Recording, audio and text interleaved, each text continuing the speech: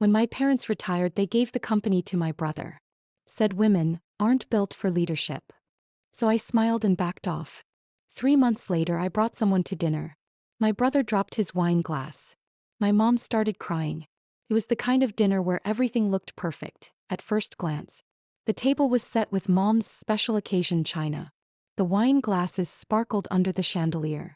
Even the mashed potatoes looked like they'd been shaped with a mold. My dad had shaved. My brother wore a blazer. And I showed up with a guest. A man. You'd think I'd brought home a unicorn. The moment we walked in, my mom's eyes lit up like she'd just witnessed divine intervention. "Well, look at you," she said, air kissing both my cheeks and pretending she hadn't spent the last decade reminding me I was married to my work. My dad gave a short nod. "Finally brought someone around, huh?" I smiled. Said nothing. Let the assumptions roll in like fog. Emily, the cousin who always wore pearls and asked why I didn't soften my look, leaned across the table later and whispered, "Is he your boyfriend? He's very clean-cut." I smiled again. Something like that. They all laughed, sipped their wine, and mentally penciled in a wedding date I never agreed to. My brother, Thomas, raised his glass midway through dinner and gave the same speech he always did when he thought the spotlight wasn't bright enough. Something about legacy, sacrifice, carrying on the family name.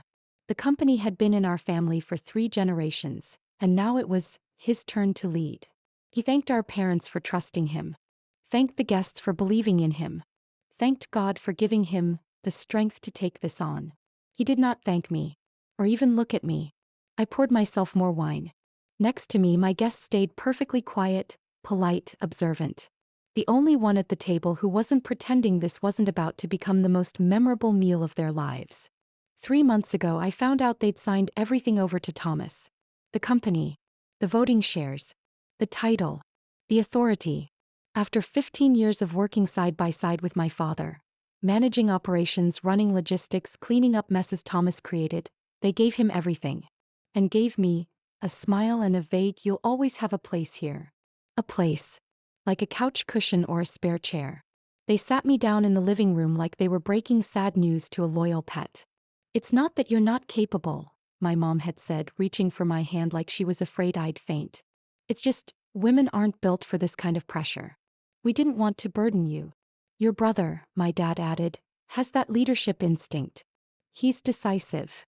Which was one way of saying he guesses and hopes for the best. I asked if they were serious. My dad nodded like he was signing a peace treaty. My mom just said, "You'll make an excellent support system. Behind every great man." She trailed off like it was supposed to be comforting. I smiled. Then I went home and started making arrangements. Back at dinner, my mother leaned in and gave me a knowing look. "He's very handsome," she whispered, nodding toward my guest. "Is he in finance? You know, with your brother running things now, it's probably a good time to start thinking about next steps for yourself. You could still have a family." I blinked. "A family?" She beamed. "You've always wanted kids, right?" I hadn't. Not particularly. But apparently what I wanted was irrelevant, as usual. Thomas was laughing with 2 of the board members who had shown up for the free steak and photo ops. One of them asked how it felt to be the man of the hour. He grinned. "I've been preparing for this since I was a kid. Dad always said I had the natural instincts for it." Natural instincts. Right.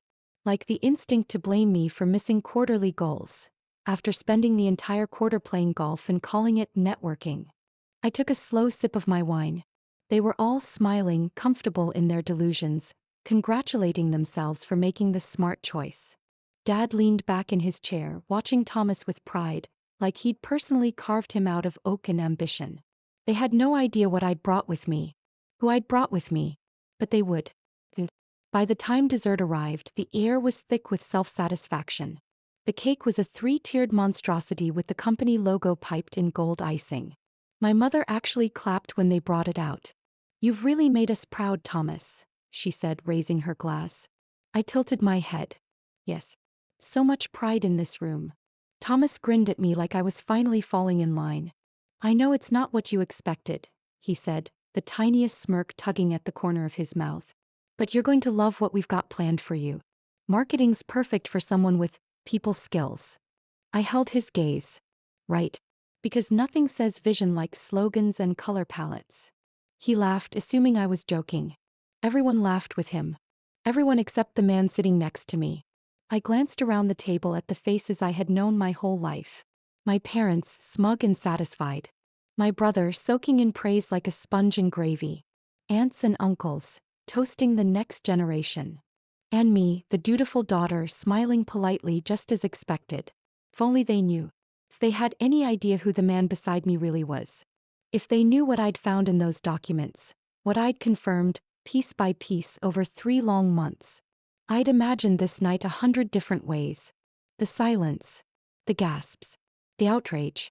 The shattered version of the perfect family portrait they'd spent years trying to frame. They had no idea what was coming. But they were about to find out. And when they did, nothing, absolutely nothing, would ever be the same again. When I was 6, I told my parents I wanted to take karate. My dad blinked at me like I'd just told him I wanted to join the Navy. He glanced at my mom, then laughed. You mean ballet, sweetheart? I didn't. But I ended up in ballet anyway. Pink tutu. Slippers. The whole thing. I cried after every class. They said I was being difficult. Dramatic. Eventually I stopped crying and just went quiet. When I was 8, my brother got a remote-controlled car. I got a tea set. When I was 10, he got a tool kit. I got a baking set.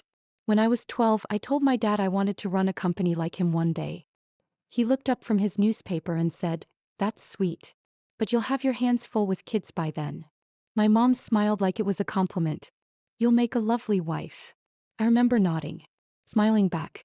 Then I went to my room, closed the door, and cried until I fell asleep. That was the year I wished I was a boy.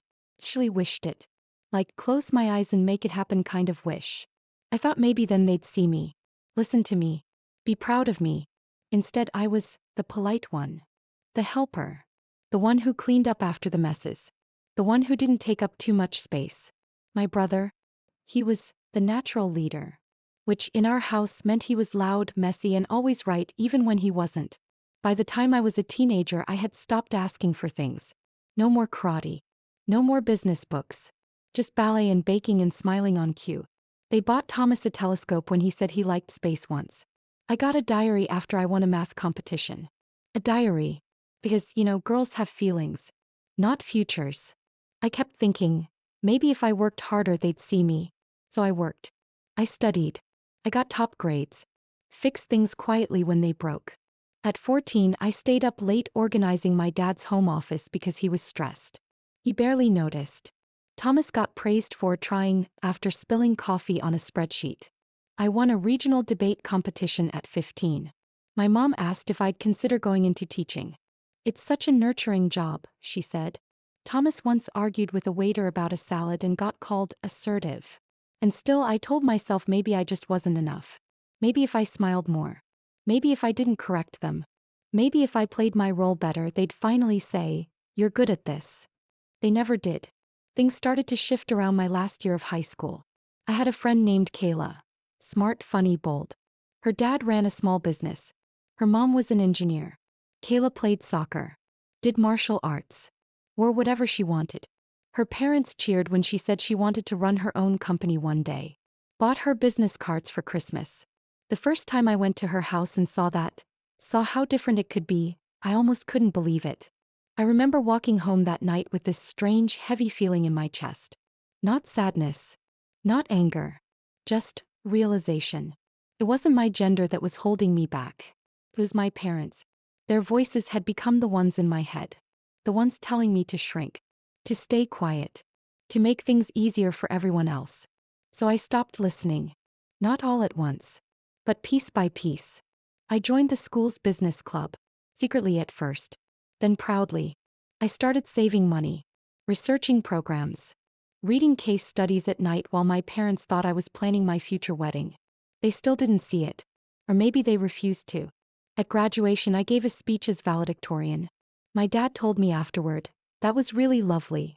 You should write something for your brother's next event." In college I majored in business and joined every leadership program I could find. I interned. Networked. Learned how things really worked. And when I came home for breaks I smiled, nodded, and let them keep thinking I was just helping out around the office. They never asked what I really did. Never asked what I wanted. My brother told everyone I was into admin stuff. Like I got excited over spreadsheets. I said nothing. Because deep down I still thought, maybe if I just keep showing them they'll come around. Maybe they'll finally say I'm ready. Maybe they'll finally see me. Then came the day they called a family meeting. We were all seated in the living room. Cookies on the table. Champagne chilling. The mood was weirdly formal. That's when they told us they were retiring. That the company was ready to be passed down. To Thomas. Just him. Not a partnership. Not shared leadership. Not even a courtesy mention of me. To him. My father said it like it was the most obvious choice in the world. He's the natural fit. My mom nodded. You've always been so good at helping. You'll still be a part of things, sweetheart. They offered me a bonus check and said I'd always have a place. A place. Like a stool in the break room. I didn't cry this time. I didn't argue. I smiled. Said thank you. Walked out of that room like I hadn't just been erased again. But something in me, something quiet and deep, shifted. I didn't feel invisible anymore. I felt done. A few days later, while sorting through some handover files, I found something strange. A folder that didn't belong there. A document that didn't add up. At first, I thought it was just another one of Thomas's mistakes. But the more I looked, the worse it got. I saw things I wasn't meant to see. Things no one had told me. Things that, if true, could change everything. I didn't scream. I didn't storm into anyone's office. I took a picture. Then I made some calls. Let them think I walked away. Let them believe I accepted it. Because soon they'd realize something they never saw coming. The girl they pushed aside? She was done waiting to be picked. My brother was halfway through yet another story about how he rescued the brand's reputation. After messing up a client deal when Mark opened his briefcase. He pulled out a slim folder. Quietly. No drama. Just slid it onto the table like it was a menu. I didn't look at it. I didn't have to. My parents were still sipping wine, basking in the glow of their perfect evening. The celebration of legacy, as they called it. Legacy apparently meant handing the family business over to the least responsible person in the room. My mother raised her glass. To Thomas, she said. And to strong leadership. I tapped my glass against hers and smiled. Strong is definitely one word for it. Mark spoke calmly as if he was just clearing his throat. Before dessert, I'd like to share something. Everyone turned. Thomas squinted. Wait, who are you again? Mark offered his hand. Mark Delaney. Forensic accountant. That silenced the entire table. My dad blinked. You're a what? Mark stayed polite. I was hired to conduct an internal investigation on financial irregularities within the company. The table went still. Thomas let out a laugh, tight forced. This is a joke, right? I finally spoke. Nope. No punchline. Unless you count your accounting. Mark opened the folder. Passed 2 copies forward. One to my dad. One to my mom. Thomas snatched the third. At first he flipped through the pages like they were homework he forgot to do. Then he froze. My mom leaned in to read over his shoulder. Her smile vanished. My dad looked at the numbers. His face didn't change at first. But his knuckles turned white where they gripped the tablecloth. Mark's voice was calm. These reports include evidence of unauthorized withdrawals, falsified vendor invoices, and transfers into personal accounts. Some of those funds came directly from the company. Others. He looked at my parents. Came from your retirement fund. My mother gasped. Thomas stood up. I didn't steal anything. My dad's voice was sharp. Sit down. Thomas did. Like a kid who'd just been sent to the principal's office. You said you stopped gambling, my mom said. Her voice cracked. I did. I mean, mostly. I had everything under control. You took our retirement money?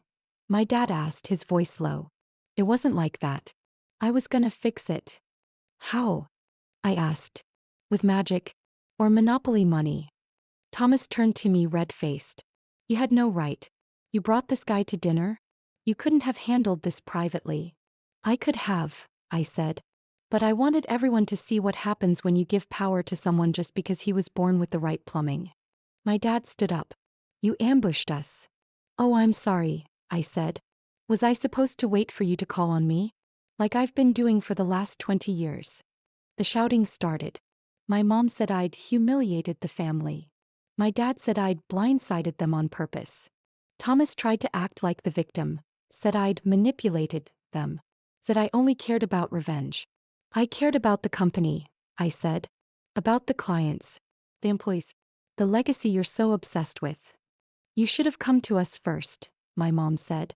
And what? I asked. Gotten a pat on the head and a slice of cake? You wouldn't have believed me.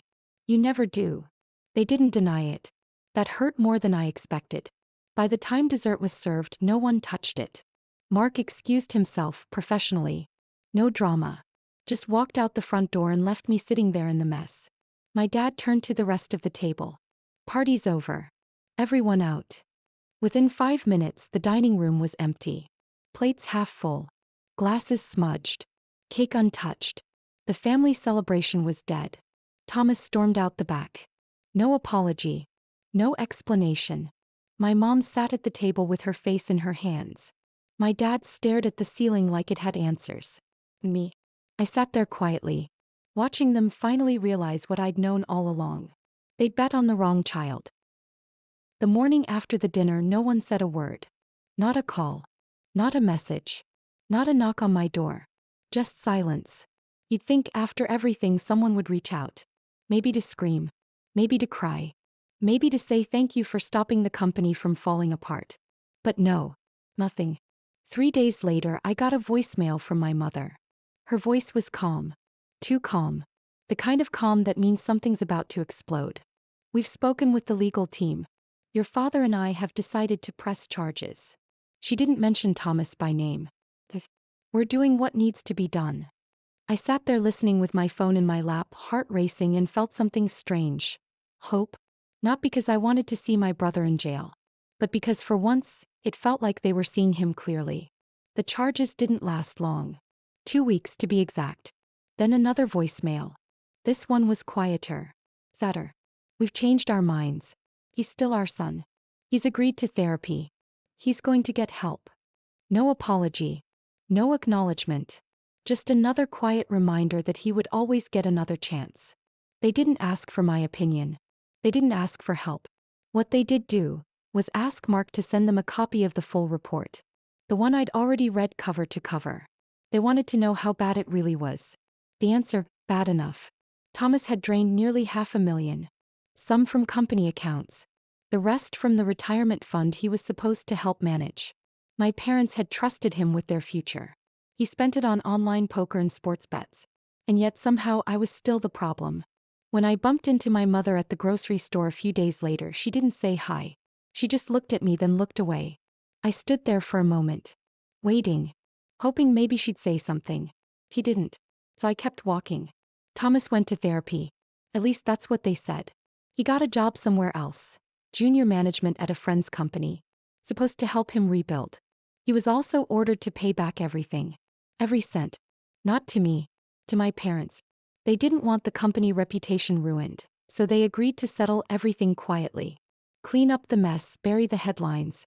I heard through someone on the board that he was lucky. That if I'd pushed harder he could have done real time. I hadn't pushed. Not because I felt sorry for him. But because I was done wasting energy on people who never saw me. Weeks passed. The company carried on. Staggered but standing. And then came the next twist. I got a call from my dad. He didn't say hello. Just, we need to talk about the business. I didn't say much. Just waited. Eventually he said the thing I'd always wanted to hear, but somehow it landed flat. You were right. We should have seen it sooner. You were keeping this place together for years. I didn't thank him. Instead I asked, so what now? There was a pause. Then he cleared his throat. We're thinking of bringing someone in. A professional CEO. Someone from outside. I blinked. Seriously. We just think it would be simpler. Because giving it to your daughter would be too complicated? It's not about that. Isn't it? He was quiet again. And that was my answer. That night I typed up my resignation. No drama. No explanation. Just a short email. After 15 years I was done. I thought it would hurt more. It didn't. In fact, it felt like exhaling after holding my breath for years. I didn't cry. I didn't second guess. I just closed the laptop and poured myself a glass of wine. 2 months later, I started a new job. High-level strategy. Better salary. Better hours. No glass ceiling hanging over my head like a chandelier waiting to drop. During the interview, the CEO asked why I'd left the family business. I smiled. Family reasons. She laughed. We all have those. My parents didn't call. Thomas definitely didn't. But I didn't need them to. For the first time in my life, I wasn't chasing their approval. I wasn't waiting to be picked. I wasn't trying to prove anything. I was just living my life. Finally. Without asking permission. Sometimes I wonder what would have happened if they'd chosen me first.